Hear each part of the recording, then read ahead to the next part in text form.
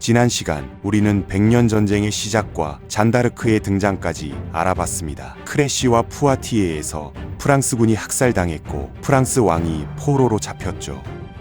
그리고 절망적인 상황에서 17세 농민 소녀 잔다르크가 나타나 오를레앙을 해방하고 왕을 즉위시켰습니다. 오늘은 조금 더 자세한 100년 전쟁 이야기를 해보려고 합니다. 프랑스 왕은 왜 미쳐버렸을까요? 아젠쿠르에서는 무슨 일이 있었을까요? 잔다르크는 왜 마녀로 몰려 화형당해야 했고 샤를 7세는 왜 그녀를 구하지 않았을까요? 그리고 프랑스는 어떻게 역전승을 거뒀을까요? 지금부터 그 이야기를 들려드리겠습니다. 1380년 현명왕 샤를 5세가 죽고 그의 아들 샤를 6세가 왕위에 올랐습니다. 처음에는 괜찮았습니다. 어린 나이에 즉위했지만 삼촌들이 섭정을 맡았고 성인이 된 후에는 직접 나란 일을 챙겼죠. 사람들은 그를 사랑받는 왕이라고 불렀습니다. 그런데 1392년 끔찍한 일이 벌어졌습니다. 샤를 6세가 군대를 이끌고 브르타뉴로 향하던 중이었습니다. 숲을 지나가는데 갑자기 한 남자가 튀어나와 왕의 말고삐를 잡았죠. 그는 멈추시오, 고귀한 왕이시여. 당신은 배신당하고 있소 라고 외쳤습니다. 경호원들이 그 남자를 끌어냈지만 샤를 6세는 충격을 받은 듯 했습니다. 한여름 뙤약볕 아래서 무거운 갑옷을 입고 행군하던 중이었죠. 얼마 후 뒤에서 시종이 실수로 창을 떨어뜨렸는데 쨍그랑 소리가 났습니다. 그 순간 샤를 6세의 눈이 돌변했습니다. 그는 칼을 뽑아 들고 반역자들이다! 적들에게 둘러싸였다! 라고 외치며 주변 사람들을 마구 베기 시작했죠. 왕은 자기 기사 4명을 죽이고 나서야 겨우 제압됐습니다. 그리고 혼수 상태에 빠졌죠. 이틀 후에야 깨어났는데 그는 아무것도 기억하지 못했습니다. 이게 시작이었습니다. 샤를 6세는 그 후로 간헐적으로 정신 이상 증세를 보였습니다. 발작이 오면 몇 달씩 제정신이 아니었다가 또 갑자기 멀쩡해지곤 했죠. 증세는 점점 심해졌습니다. 때로는 자신이 유리로 만들어졌다고 믿었습니다. 누가 건드리면 깨져버릴 것 같다며 사람들이 가까이 오는 걸 두려워했죠. 옷 속에 철심을 넣어서 몸을 보호하려 했습니다. 자기가 누군지도 잊어버렸습니다. 자신의 이름이 조르주라고 주장하기도 했고 왕비를 보고 저 여자가 누구요? 왜 자꾸 나를 따라다니는 거요? 라고 묻기도 했죠. 그래서 별명이 샤를르프, 미치광이 샤를이었습니다. 현명왕의 아들이 미치광이 왕이 된 겁니다. 왕이 제정신이 아니니 나라가 혼란에 빠질 수밖에 없었습니다. 문제는 누가 왕을 대신해서 나라를 다스리느냐였죠. 두 세력이 권력을 놓고 싸우기 시작했습니다. 부르고뉴파와 아르마냑파였죠. 부르고뉴파는 왕의 사촌인 부르고뉴 공작장을 중심으로 한 세력이었습니다. 부르고뉴 공국은 프랑스 동부에서 가장 강력한 세력이었죠. 부유하고 군사력도 강했습니다. 아르마냑파는 왕의 동생인 오를레앙 공작 루이를 중심으로 한 세력이었습니다. 왕비 이자보도 이쪽 편이었죠. 나중에 오를레앙 공작이 죽고 나서 아르마냑 백작이 이끌게 되면서 아르마냑파라는 이름이 붙었습니다. 두 세력은 처음에는 정치적으로 대립했습니다. 하지만 곧 칼을 들고 서로를 죽이기 시작했죠. 1407년 11월 어느 날 밤 오를레앙 공작 루이가 파리 거리에서 암살당했습니다. 복면을 쓴 남자들이 그를 습격해서 도끼로 찍어 죽인 거죠. 손과 팔이 잘려나갔고 두개골이 부서졌습니다. 범인은 부르고뉴 공작장이었습니다. 그는 처음에는 부인했지만 나중에는 공개적으로 인정했죠. 오를레앙 공작이 왕비와 바람을 피우고 나라를 망치고 있었으니 정당한 처단이었다고 주장했습니다. 파리 시민들 상당수는 부르고뉴 공작 편을 들었습니다. 오를레앙 공작이 세금을 많이 걷어서 미움을 받고 있었거든요. 부르고뉴 공작장은 오히려 영웅이 됐죠. 하지만 아르마냑파는 복수를 다짐했습니다. 12년 후인 1419년 기회가 왔습니다. 평화 협상이 열렸거든요. 몽트로 다리 위에서 부르고뉴 공작장과 왕세자 샤를이 만나기로 했죠. 협상장에서 무슨 일이 있었는지는 정확히 알 수 없습니다. 말다툼이 벌어졌다는 설도 있고 처음부터 암살이 계획되어 있었다는 설도 있죠. 확실한 건 부르고뉴 공작장이 도끼에 머리를 맞고 죽었다는 겁니다. 12년 전 오를레앙 공작을 죽인 것과 똑같은 방식이었죠. 이 암살은 프랑스 역사를 바꿔버렸습니다. 부르고뉴 공작의 아들 필리프는 아버지의 피 묻은 두개골을 평생 간직했습니다. 그리고 복수를 맹세했죠. 그 복수의 방법은 프랑스의 적과 손을 잡는 거였습니다. 1420년 부르고뉴 공작 필리프는 영국과 동맹을 맺었습니다. 프랑스 내 가장 강력한 세력이 적의 편으로 넘어간 겁니다. 영국 왕 헨리 5세는 이 기회를 놓치지 않았습니다. 헨리 5세는 야심만만한 젊은 왕이었습니다. 그는 에드워드 3세나 흑태자 못지않은 뛰어난 군사 지도자였죠. 프랑스의 내분을 보면서 지금이야말로 100년 전쟁을 끝낼 기회라고 생각했습니다. 1415년 헨리 5세는 대규모 침공을 시작했습니다. 1만 2천 명의 군대를 이끌고 노르망디에 상륙했죠. 그해 10월 25일 아젠쿠르에서 두 군대가 충돌했습니다. 프랑스군은 약 2만 명, 영국군은 6천 명 정도였습니다. 프랑스가 서너 배는 많았죠. 게다가 영국군은 긴 행군과 이질로 지쳐 있었습니다. 프랑스 귀족들은 승리를 확신했습니다. 누가 영국 왕을 사로잡을지 미리 다투기까지 했죠. 하지만 전날 밤 비가 내렸습니다. 전장은 진흙탕이 됐죠. 다음 날 아침 프랑스 기사들은 무거운 갑옷을 입고 진흙을 헤치며 전진했습니다. 갑옷 무게만 해도 25kg이 넘었는데 진흙에 발이 빠지니 걷기도 힘들었죠. 말들도 진흙에 빠져서 제대로 달릴 수 없었습니다. 그 사이 영국 장군병들이 화살을 쏘아댔습니다. 분당 10발 이상을 쏠 수 있는 숙련된 궁수 5천 명이 일제히 화살을 날렸죠. 하늘이 어두워질 정도였습니다. 프랑스 기사들은 진흙에 발이 빠진 채로 화살 세례를 맞았습니다. 쓰러진 기사들은 무거운 갑옷 때문에 일어나지도 못했죠. 진흙 속에서 익사하는 자도 있었습니다. 뒤에서 밀려오는 아군에게 밟혀 죽는 자도 있었고요.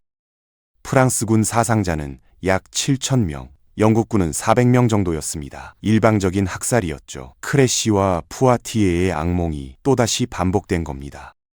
아젠쿠르 이후 영국은 거침없이 진격했습니다. 노르망디를 점령하고 파리를 향해 다가갔죠.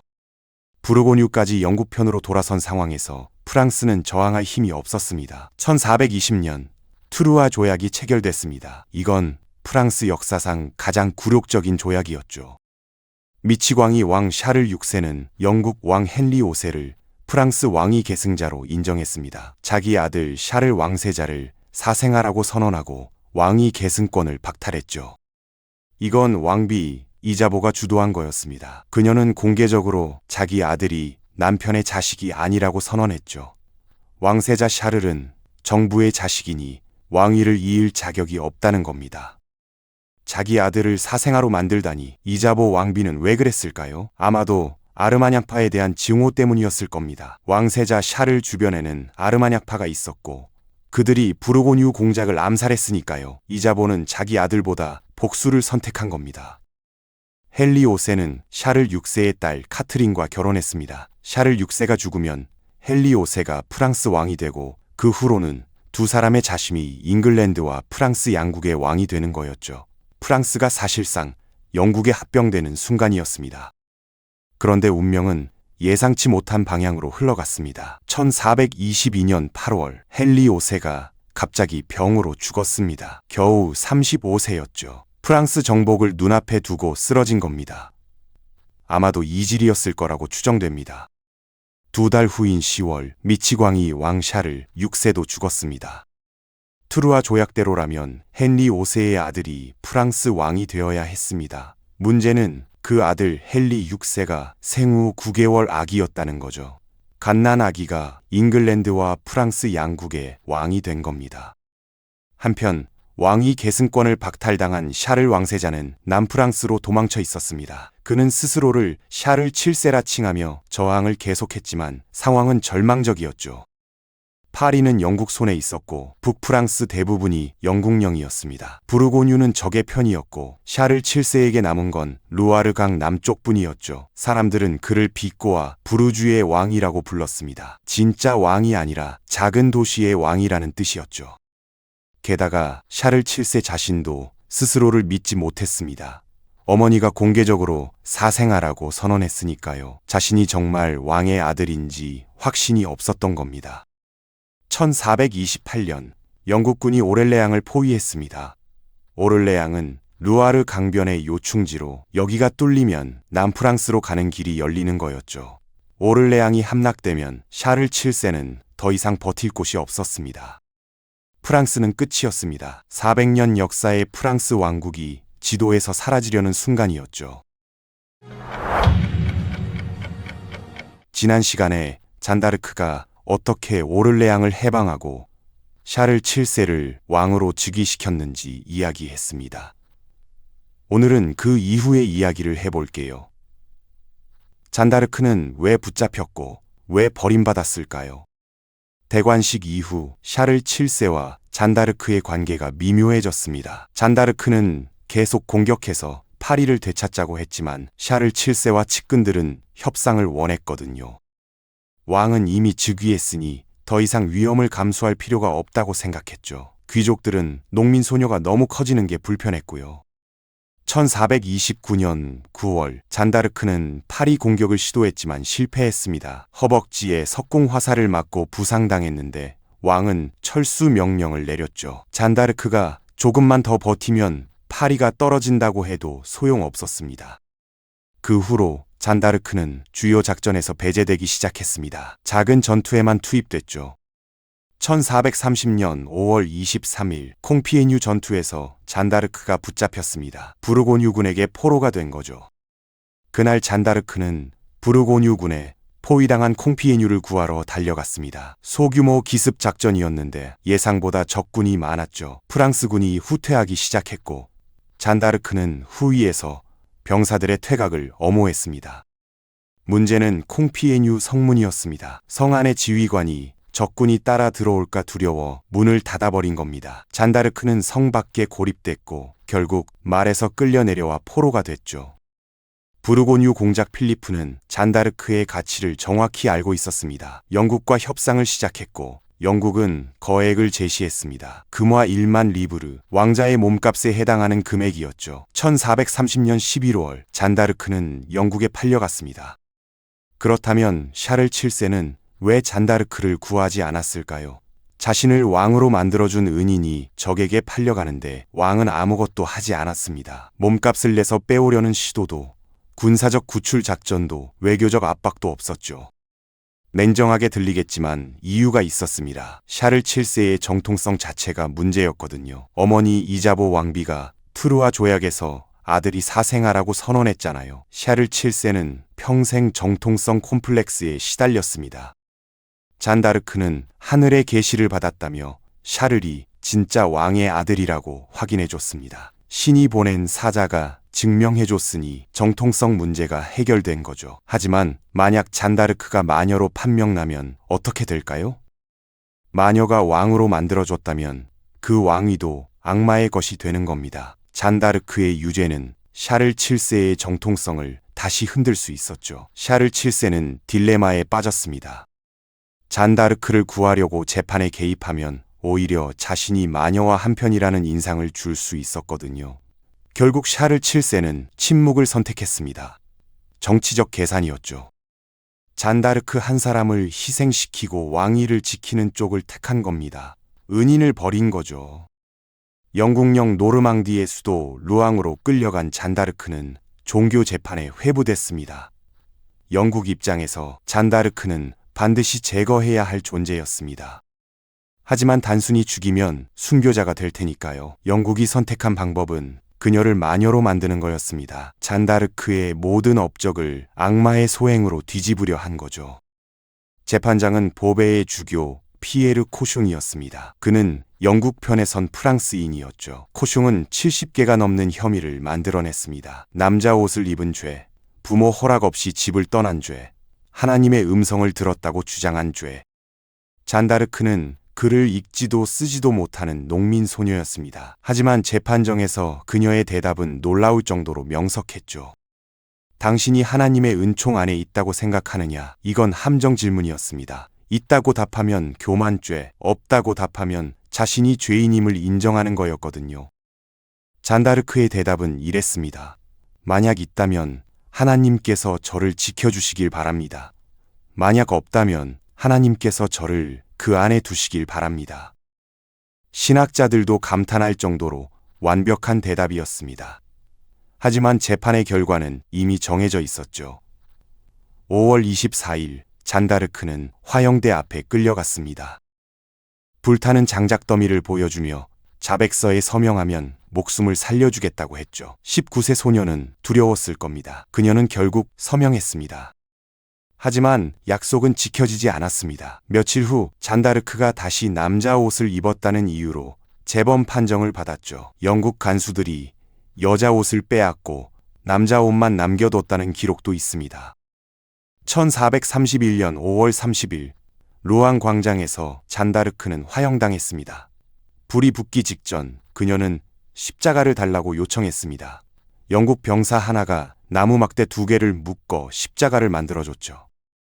잔다르크는 그 십자가를 가슴에 품고 예수님, 예수님을 외치며 숨을 거뒀습니다. 그녀의 나이 19세, 프랑스를 구한 소녀를 구하러 온 프랑스인은 아무도 없었습니다. 하지만 영국의 계산은 완전히 빗나갔습니다. 잔다르크를 죽이면 프랑스의 저항이 꺾일 거라고 생각했는데 오히려 반대였거든요. 그녀의 죽음은 프랑스인들에게 분노를 불러일으켰습니다. 영국이 무고한 소녀를 죽였다는 소문이 퍼졌고 복수심이 타올랐죠. 샤를 7세도 변하기 시작했습니다. 잔다르크 생전에 그는 우유부단한 왕자였습니다. 하지만 그녀의 죽음 이후 점점 유능한 군주로 성장했죠. 어쩌면 죄책감 때문이었을지도 모릅니다. 샤를 7세가 가장 먼저 한 일은 부르고뉴와 화해하는 거였습니다. 1435년 아라스 조약으로 부르고뉴 공작 필리프가 영국을 버리고 프랑스 편으로 돌아왔습니다. 샤를 7세는 아버지 측근들이 저지른 암살에 대해 공식 사과하고 부르고뉴에게 상당한 영토와 자치권을 보장했죠. 굴욕적인 양보였지만 결과적으로는 100년 전쟁의 결정적인 전환점이 됐습니다. 15년 동안 프랑스를 갈라놓았던 내전이 끝난 거니까요. 이제 프랑스는 하나로 뭉쳐서 영국에 맞설 수 있게 됐습니다. 다음 해인 1436년 프랑스군이 파리를 탈환했습니다. 16년 만이었죠. 샤를 7세는 수도로 입성했고 군중들은 환호했습니다. 샤를 7세는 군대 개혁에도 착수했습니다. 당시 프랑스군의 문제는 심각했습니다.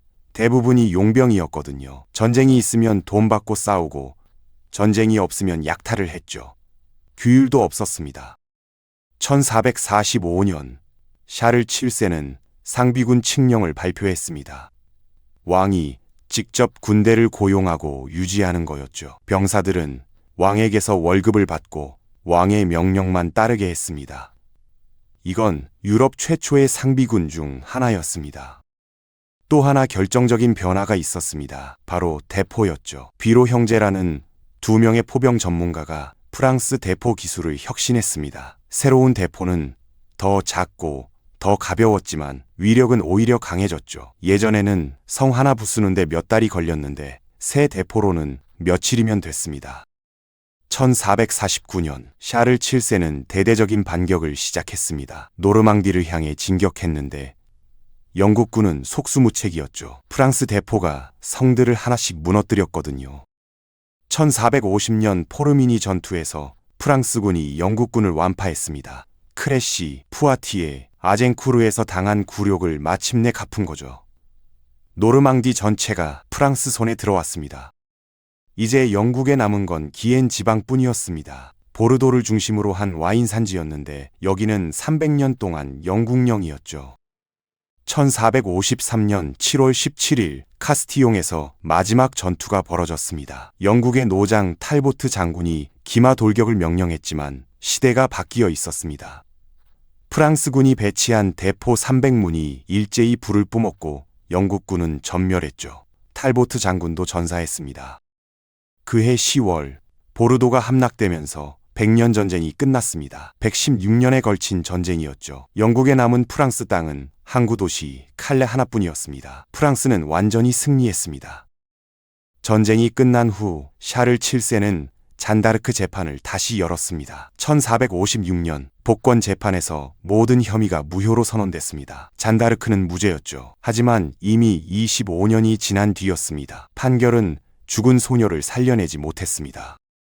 그로부터 500년이 지난 1920년 교황은 잔다르크를 성인으로 시성했습니다. 마녀로 화형당한 농민 소녀가 프랑스의 수호 성인이 된 겁니다. 백년 전쟁은 단순한 영토 분쟁이 아니었습니다. 이 전쟁을 통해 프랑스인들은 처음으로 하나의 국민이라는 정체성을 갖게 됐거든요. 전쟁 전에는 노르망디 사람, 부르고뉴 사람, 브르타뉴 사람이 따로 있었습니다. 하지만 100년 동안 외국 군대에 맞서 싸우면서 우리는 프랑스인이다 라는 의식이 생겨났죠. 잔다르크는 그 변화의 상징이었습니다. 그녀는 왕도 귀족도 아니었습니다. 글도 읽을 줄 모르는 농민 소녀였죠. 하지만 그녀는 프랑스를 위해 싸웠습니다. 왕을 위해서가 아니라 프랑스를 위해서요.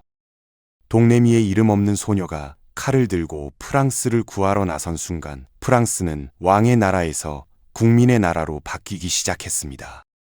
그리고 그녀는 600년이 지난 지금도 프랑스의 가장 위대한 영웅으로 기억되고 있습니다. 100년 전쟁이 끝나고 프랑스는 새로운 시대를 맞이합니다. 샤를 7세의 아들 루이 11세는 거미왕이라는 별명을 가진 음모의 달인이었죠.